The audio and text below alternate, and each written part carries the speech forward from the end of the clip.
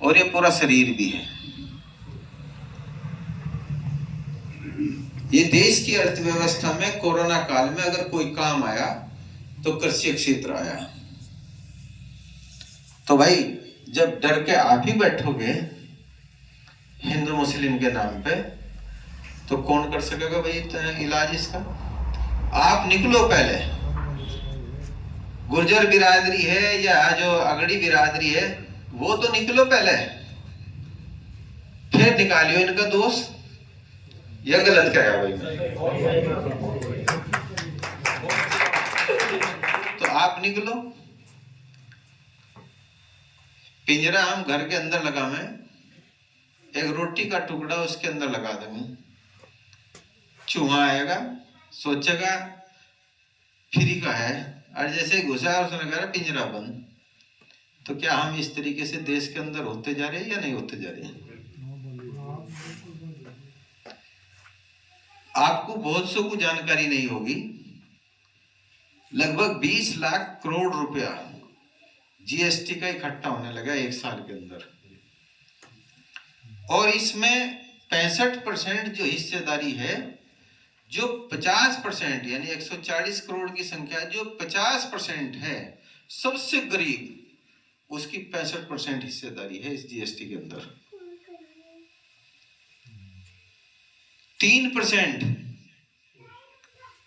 जो अमीर है, सिर्फ 3% हिस्सेदारी है इस जीएसटी के अंदर। यानी 65 दूनी 130, 13 लाख करोड़ तो हो गया जो सबसे गरीब है 50%, और 3 दूनी 6 लाख हो गए, 6 लाख करोड़ उसके। बाकी जो 38% है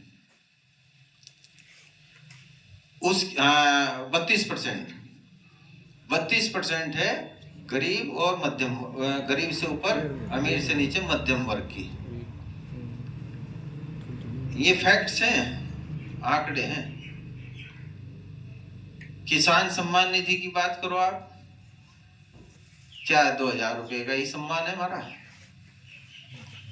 प्रधान जी ने सिलेंडर की बात कही थी, 435 का था शायद, लेकिन 200 रुपए सब्सिडी भी तो आवती, खातों में आवती है नहीं आवती? अब ऊपर टांग के फिर थोड़ा नीचे कर दिया, अब चलो थोड़ा सा नीचे तो आया हमें, अब और ठीक हो गए भाई। इस तरीके के हालात बना रखे हैं, तो हमें इन चीज को समझना चाहिए। मिठाई और बढ़ाई किसको नहीं अच्छी लगती भाई?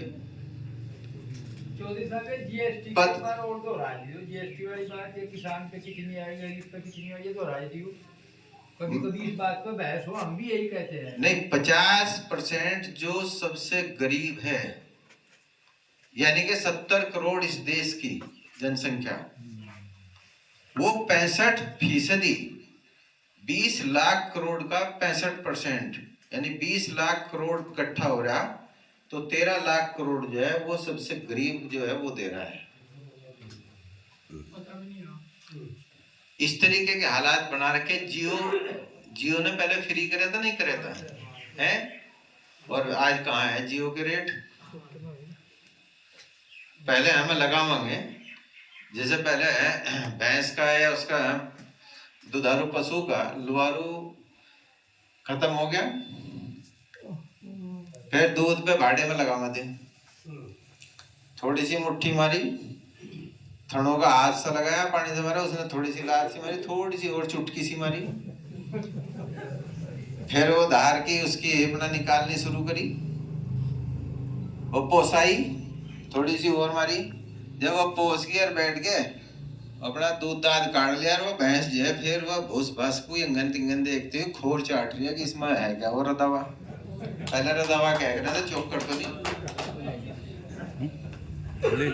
तो भाई क्या उसी तरह तो नहीं मारा इलाज हो रहा है? तो इन चीजों को देखते हुए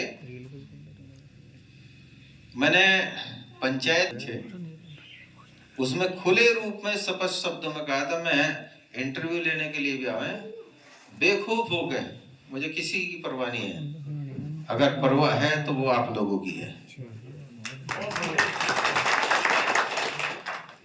परम पूज्य पिताश्री स्वर्गीय चौधरी यशपाल सिंह जी के जो आदर्श हैं, सिद्धांत हैं, उनके मूल्य हैं, ईमानदारी, सच्चाई है, हम उन पर चलने की कोशिश कर रहे हैं। जिले के अंदर आप लोगों की स्थिति क्या है? उनका सर्व समाज में, उनके जितने भी हैं सर्व समाज में आज भी मजबूती के साथ उनके अपमान को बर्दाश्त नहीं कर सकते, चाहे वो अति पिछड़े वर्ग में हो या दलित में भी हो। वो सबका ध्यान रखे थे। उन्होंने इस क्षेत्र का, पहले तो नकुड़ विधानसभा थी, इस क्षेत्र का नाम ऊंचाइयों पे दिया। पहले कहाँ इतनी अर्थव्यवस्था थी? ये बांध सब उन्होंने ही तो खड़े होकर बनवाया था। सड़कों के जाल, एक तो प्रधान की भी निधि हमें आप बनवाते इस सरकार में, ये भी बेचारे 40% काट दिया।